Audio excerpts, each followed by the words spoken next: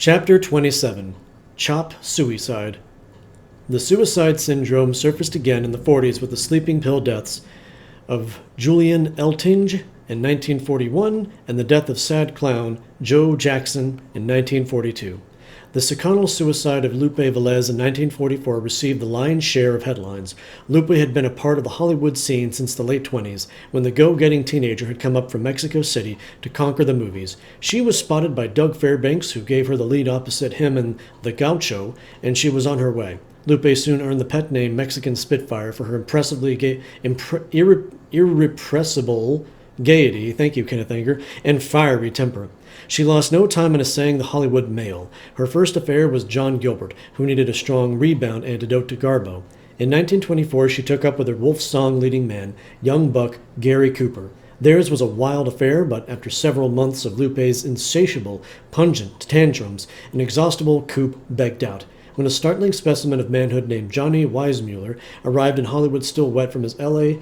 Olympic swimming triumph, Lupe zeroed in, and Tarzan found a mate in a tempestuous union that lasted till their divorce in 1938. Always the child, Lupe just couldn't understand why Johnny would get mad when she'd flash her charms at Hollywood parties by flinging her dress over her head.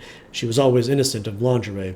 Their raucous spats at home could often reach the perked ears of Snoopy Hedda, right across the street. Their most public tiff occurred one night at Ciro's when Johnny tossed a food-laden table at Lupe's meowing puss. The love-hate madness of their intense passion often left Lupe marks on Weissmuller's godlike torso, strawberry hickeys on that Thor throat, annular bites of his perfect pecs, eloquent scratches on his ivory back. The makeup man on MGM's Tarzan set had his work cut out for him. It was a rare Hollywood example of married amour fou. After the inevitable divorce from Weissmuller, man-addict Lupe's tortured flings were frequent and brief. From stars to her sight slipped to featured players to cowboys to stuntmen to the parasitic crowd of Hollywood he-men hangers-on, professional older dame pleasers, studs on the take of whose gigs was gigolo. Her career also skidded from A's to B's to quickie Mexican Spitfire farces with Leon Errol, in which she served chili con Lupe parodies of her own spicy persona. Tiny Lupe was not happy. Less big than she once was, her loves were now bought. Though she still looked the elfin gammon, she knew she was 36. Then her period stopped and she realized that Harold Raymond, her latest, had knocked her up. Big deal? Call for Dr. Killcare, the joke name for Tinseltown's leading abortionist.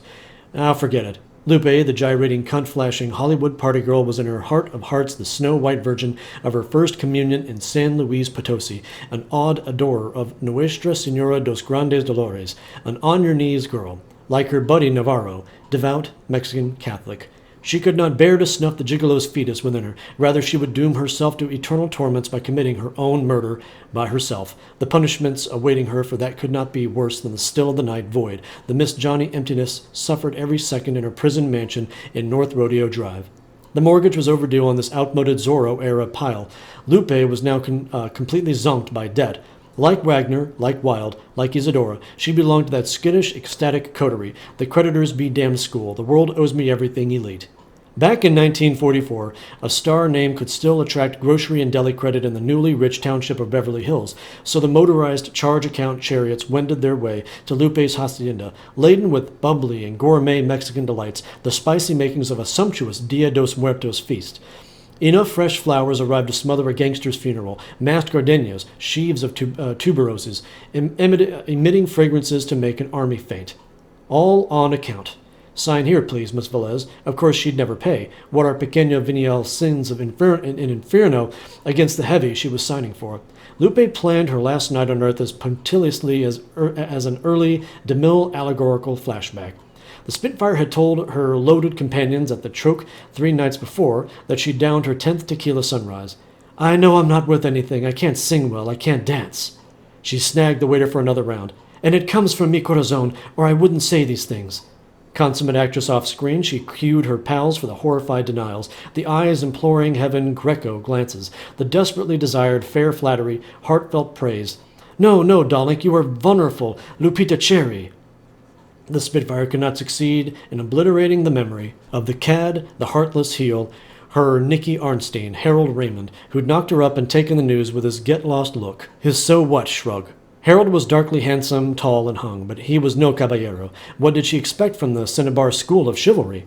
Raymond had phoned Lupe's manager, Little Beau Ruse, stating he would agree to a mock ceremony on the condition that Lupe signed a document stating she knew he was marrying her solely to provide a name for her baby. When Ruse conveyed this bummer to Lupe, she stormed and called Lolly Parsons.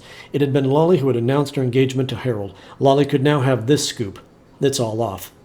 Luella recalled, Lupe told me that he and Harold had taught one big battle, and she told him to get out of her house. And when I asked her how the runt spelled his name, she told me, I don't know, I never did know. Who cares? Lupe invited her two best gal pals, Estelle Taylor, which was Jack Dempsey's ex, and Benita Oakey, wife of Jack, to share a last supper. After the Mexican feast, over brandy and cigarillos, Lupe fessed up. I'm tired of life. I have to fight for everything. I'm so tired of it all. Ever since I was a baby in Mexico, I've been fighting. It's my baby. I couldn't commit murder and still live with myself. I would rather kill myself. The Spitfire found herself alone again at 3 a.m. with the big fake hacienda on North Rodeo Drive, and for the last time, she ascended the wrought iron staircase in her silver lame gown, like the rest of it, unpaid for. Her bedroom was Our Lady of Guadalupe's chapel on her days of days. Flowers, candles everywhere, everything aglow. Waiting for the star, she penciled a farewell note on a memo pad on the night table by the white gold telephone. To Harold, may God forgive you and forgive me, too, but I prefer to take my life away and our babies before I bring him with shame or killing him. Lupe. Then on the back of the sheet she penciled an afterthought. How could you, Harold, fake such a great love for me and our baby when all the time you didn't want us? I see no other way out for me, so goodbye and good luck to you. Love, Lupe. She opened a bottle of Seconal that stood on the night table, picked up the water glass, then swallowed the 75 little tickets to oblivion. She stretched out on the satin bed beneath the great crucifix, hands joined on her breast in a last prayer, closed her eyes, and envisioned the next day's front page photos. Sleeping Beauty. And of course, Luella's exclusive of the farewell scene in a page 1, black-bordered box. And indeed, in the next day's Examiner, Lolly O described the still life discovered at Casa Felitas, North Rodeo Drive. Lupe was never lovelier as she lay there, as if slumbering, a faint smile like secret dreams, looking like a child taking a nappy, like a good little girl.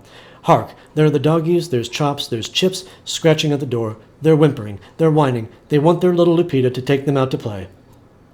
No accompanying deathbed photo of Lupe appeared to match Parsons' prose. The actual scene had been something else. When Juanita, the chambermaid, had opened the bedroom door at 9 the morning after the suicide, no Lupe was in sight.